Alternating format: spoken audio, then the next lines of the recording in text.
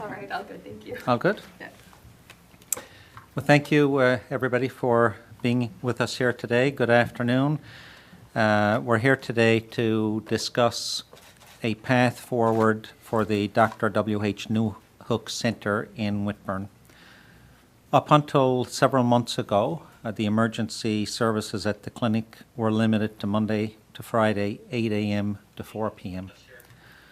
While this was not sufficient to provide 24-hour emergency services, Eastern Health has been offering primary care at this clinic. So today we're pleased to announce that the addition of urgent care services to the site, in addition to primary care services currently offered. This combination clinic would provide patients with primary health as well as urgent same-day care for non-life-threatening injuries and illnesses. Examples of patients who may be seen include those with sprains, strains, new or worsening non-emergent pain, fever, infections, cuts, wounds, or skin conditions, for example. Laboratory and medical imaging services will continue on site to support the clinic to provide timely access to diagnostics and treatment. The hours of operation for the provision of urgent care will increase incrementally. In the short term, this service will be provided 3 days per week, 8 a.m. to 4 p.m. The aim is to increase the care to 5 days a week, 8 a.m. to 4 p.m., eventually getting to 7 days a week, 12 hours a day, with the long-term goal being extended hours into the evenings within a year, which is also contingent on successful recruitment. As positions are filled, hours of operation and service provision will be revisited with adjustments based on the demand and resources.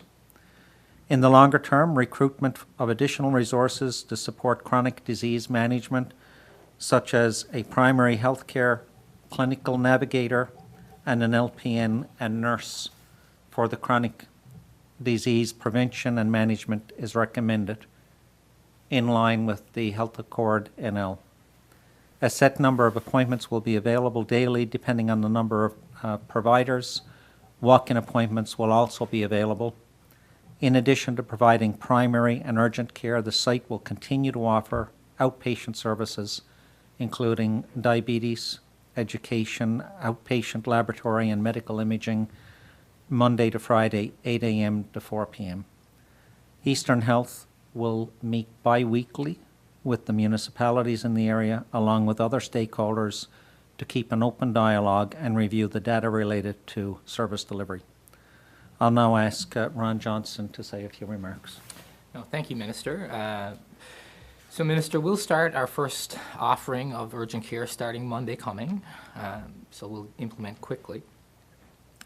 We are seeing that with this type of offering, we are able to recruit, and we do anticipate we'll be able to build the model, hopefully fairly quickly. You also indicated that we're going to evaluate this model. We're going to evaluate this model for effectiveness, and we're going to keep an ongoing dialogue with the towns as we're going through and letting them know how effective the model is. So we're certainly looking forward to this in working with the towns in the area as we implement. So thank you. Okay, Gina? Thank you, Minister Osborne. So we're pleased to be here today to participate in this important announcement. Eastern Health is committed to providing safe and accessible options for our clients and their families, and we continue to look for innovative ways to do this. Across Canada, urgent and primary care centers have been very successful. These clinics provide same-day access for urgent and non-urgent emergent health needs and an alternative to visiting an emergency department for non-emergency issues. These clinics are another way we are striving to provide timely access and high-quality care in our communities. I strongly feel this model of care has a role here in Newfoundland and Labrador, and Eastern Health is pleased to be working closely with government to implement this model for the residents of the Whitbourne area. We certainly recognize it can be challenging for individuals to determine what may be urgent, non-urgent, or an emergency. And if an individual is unsure whether to go to the emergency department or urgent care, They may call the Newfoundland Health Line at 811 to speak with a registered nurse 24 hours a day, 7 days a week. The Health Line also has a nurse practitioner-led virtual care service that can assist with non-emergent issues.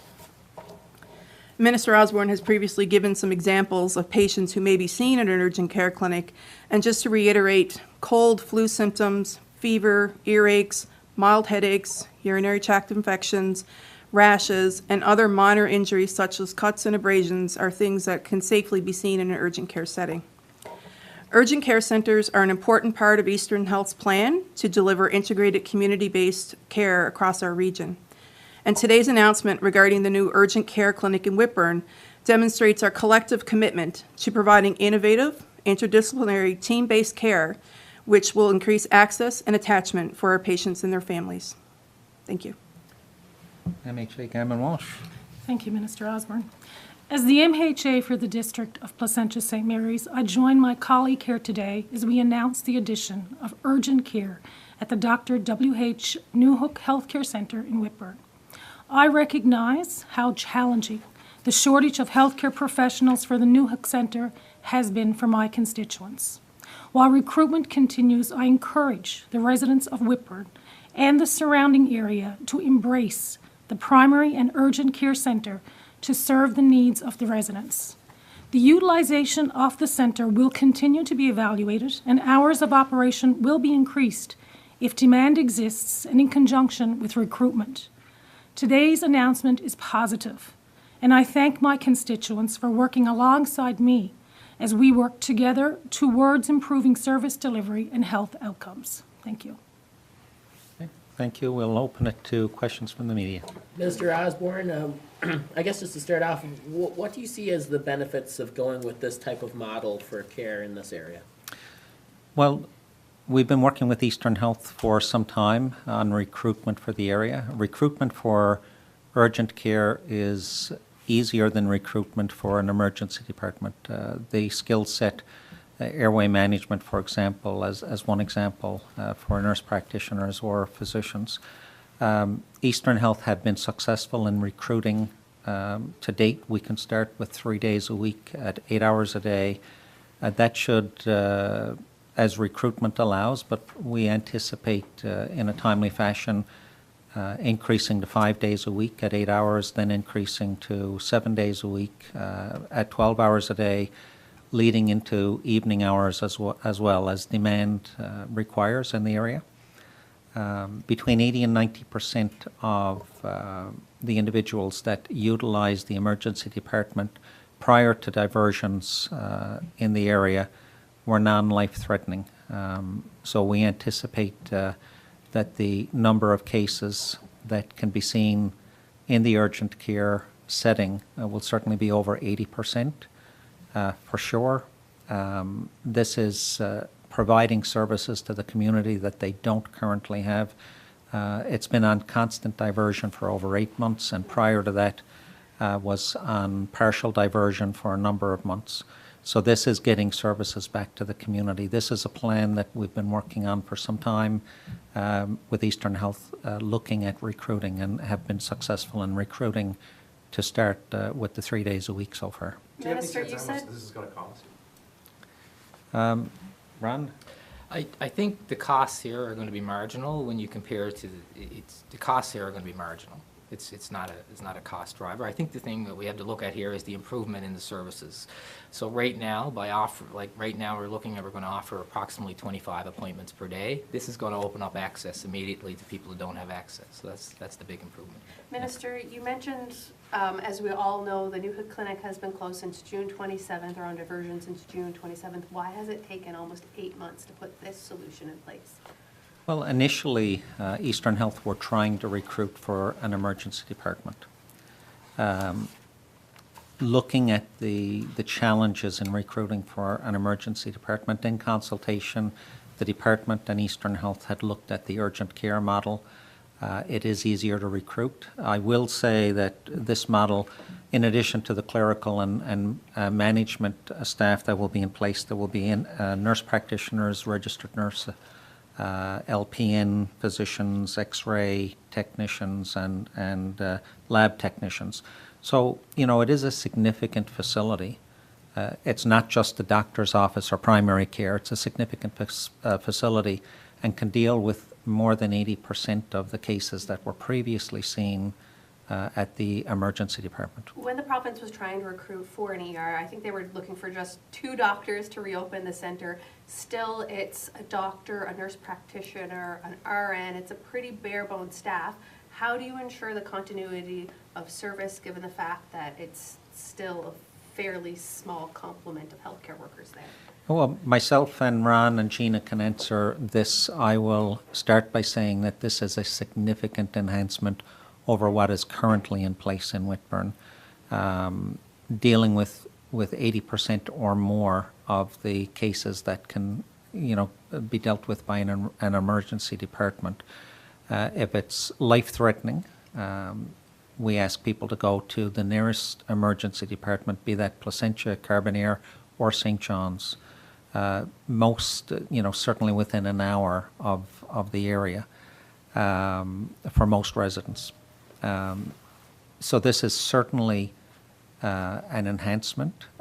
Opening it 3 days a week will provide a better continuity of service than is currently in place, with recruitment continuing to get it up to 12 hours a day, 7 days a week, and then even into the evening as demand requires. Ron and Gina? Yeah, I think, again, just to answer your question, so right now the timing is right. We're able to put this together. We've talked to the towns and we've looked at the data. This will, like the Minister Osborne has said, this will meet most of the needs. It's a really good start in the right direction. And I do think looking at our previous experience at these types of models, we know that we're going to be able to recruit. We already have early evidence on one of the postings that we already have good interest, right? So I think we're in the right direction. Gina? Thanks. And just to build on what Ron said, why haven't we done this earlier? I think it really speaks to our commitment to examining the data that we do have, especially from a pre-COVID time, to really get a good census of the types of visits that the New Hook Clinic was seeing and how we could meet the needs of the patients in the area with the provider perspective. A multidisciplinary team is really put in place to meet the unique needs of the community. And then that means that each provider in the team would then work to its full scope. So for an example, the patients may come and might not necessarily see the physician each time. Maybe they would see the nurse practitioner today, or maybe they would see the nursing assistant or the LPN, shall I say, to do a wound check. So it's more about, yes, the team may, I think you used the word slim, may see slim at the front, but it's really about working collaboratively as a team and everybody working to their full scope. Mm-hmm. And you folks have said that, this will be good for 80% of patients that have presented to New Hook at a lower acuity scale. But for those people who are very sick and who need to go to an ER that is still almost an hour away, whether it be St. John's, Placentia, or Carbonear, what does it mean for those people when minutes still do matter? Well, if minutes matter, if you're dealing with a cardiac event, it is recommended that you go to the, to the nearest acute care center in any event. So this will deal with between 80 and 90% of the issues that were able to be dealt with in the community. For those that are urgent, cardiac, like I said, for example, loss of limb, for example, individuals are strongly encouraged anywhere in the province to go to the nearest acute care center. And I'll ask Ron or Gina to add to that. No, that's exactly it. So to Minister's point, urgent care and emergent care. So if someone is concerned, the 811 line is simply, is always available 24 hours a day to help people make that decision. But emergent care would still follow through to the larger facilities like you've said. So does this mean that the emergency room in Whitbourne is closed for good? Residents should kind of give up on that? That's not a decision that we're making today. This is a good start to getting services back to the area, for certain. We will continue to build on those services. Can an ambulance bring a patient to New Hook with urgent care, or would they have to go to a larger ER or a larger center? So, and I'll ask Gina to expand on this, but we've had discussions on that, and the hope is that, yes, as this gets up and running, we'll deal with it, but it does mean speaking to the regulator and so on. So as Minister said, and certainly that we need to have some conversations with the paramedicine, so the regulatory body that would choose destinations for where ambulances currently do go. If there's ever any doubt of where ambulances do arrive as a destination, there is online medical support, which is provided by a physician for the paramedic providers. And so if they have any questions, they can always reach out. But that is a conversation that we will open up with the regulatory body. So they can't go there right now. You have to talk about it first. That's a conversation we'll have with the This is the regulatory first body. urgent care centre in the province. So as a designation of an urgent care centre, we need to speak with the regulatory body to address this. Minister, But it's our intention to speak to them. sorry, to cut you off there. How many more health professionals do you hope to hire? Ron? So in this particular model, I think we would add three to what's up there now. And who would they be? What type of? It would be a profession? nurse practitioner, and a physician. So you have those to start the clinic, but you would like to have 3 more. Right, so that will this is about the building up to get the service up to 7 days a week, 12 hours a day. And is this entire program about building up to the potential to have the emergency room reopened, like to sort of, because there's 80% of the, as you mentioned before, we're going to, can be taken care of in urgent care as opposed to the emergency room as it was before. Is the whole goal to sort of put that information out there that now we have this urgent care model and then add on the emergency room, or? So we will continue to add on to the service as demand requires and as recruitment allows. It is, as we'd indicated initially, starting as early as next week, I believe, Ron? Monday. Monday of next week. It'll be 3 days a week, 8 hours a day, with the intention of going to 5 days a week, 8 hours, then to 7 days a week at 12 hours, and then into the evenings as required. We don't know how long the global shortage of healthcare professionals is going to be a challenge, but both government and the health authorities continue to work diligently to recruit in a globally competitive environment.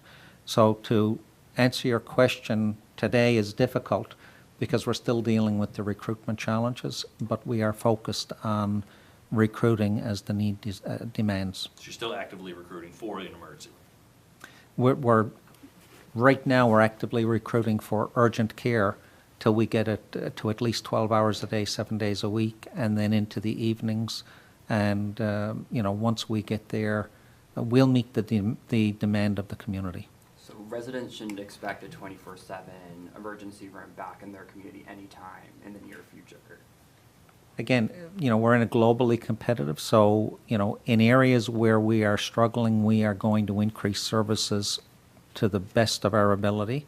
And right now, providing an urgent care center for the residents of Whitbourne is a considerable improvement over what they have.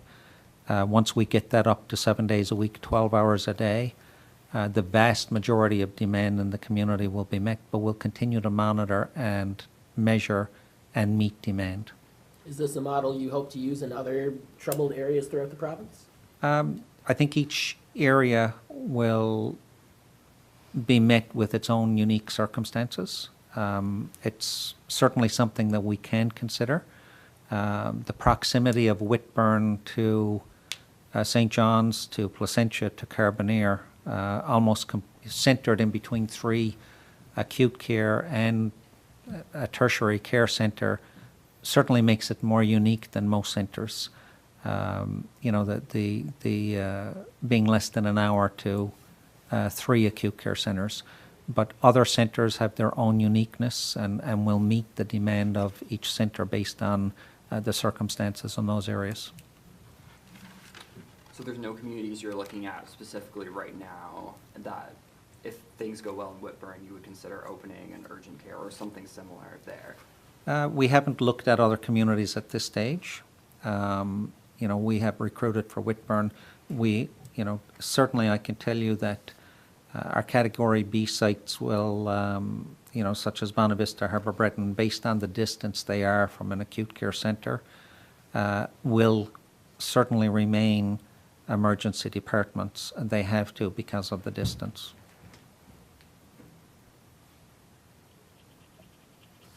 Okay, well, thank you, everybody.